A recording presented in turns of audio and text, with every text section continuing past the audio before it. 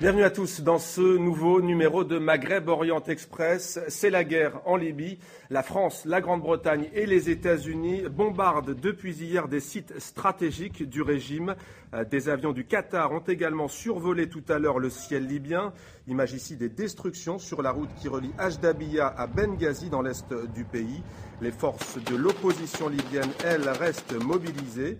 On les voit à l'image. Même Mouammar Kadhafi promet une longue guerre. Ces forces auraient d'ailleurs repris dans la journée troisième ville du pays, Misrata. Information à prendre avec précaution, bien entendu, difficile à vérifier. Et puis on l'apprend à l'instant. Le régime de Mouammar Kadhafi annonce à nouveau un cessez-le-feu. On va bien entendu y revenir avec nos invités que je vous présente. Avec nous sur ce plateau, Leïla Gandhi, merci d'être avec nous. Vous êtes auteure, photographe, réalisatrice indépendante. Vous parcourez le monde depuis des années. Ezdine Bechaouch, vous êtes le tout nouveau ministre tunisien de la Culture. Merci d'avoir fait le déplacement.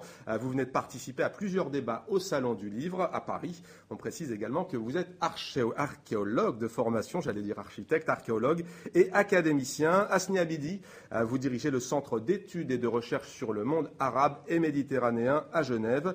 Nous serons également en ligne avec le directeur de l'hebdomadaire marocain Tel Quel, Karim Boukari, pour évoquer la situation au Maroc. Il y a encore eu des manifestations aujourd'hui au Maroc.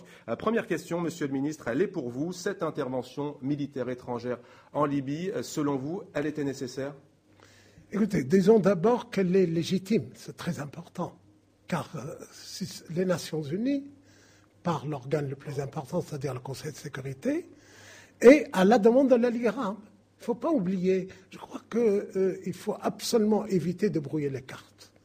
La Ligue arabe l'a demandé, le Conseil de sécurité l'a voté, et une coalition dans laquelle il y a tout de même le Qatar, comme vous venez de le dire.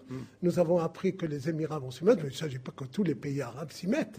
Il s'agit d'éviter un désastre humanitaire, et il s'agit de faire en sorte que nos compatriotes, pour nous Tunisiens, ce sont vraiment des compatriotes, que ne soient pas massacrés. Alors, vous venez de parler de la Ligue arabe qui effectivement, hier à l'Elysée, était pour la fermeture de l'espace aérien, Asni Abidi, et aujourd'hui, finalement, la Ligue arabe dit, nous, on n'est pas vraiment d'accord avec ça, il faut que cette opération cesse. Alors, expliquez-nous, parce que là, on ne comprend pas vraiment. Avant la Ligue arabe, il y avait le Conseil de coopération du Golfe, qui regroupe les pays du Golfe, dont l'Arabie saoudite, qui est un poids lourd du monde musulman et du monde arabe, et qui a demandé au Conseil de sécurité de prendre ses responsabilités. Ensuite, on est allé chercher la Ligue arabe, qui a demandé, bien sûr, à ce que le Conseil de sécurité instaure une zone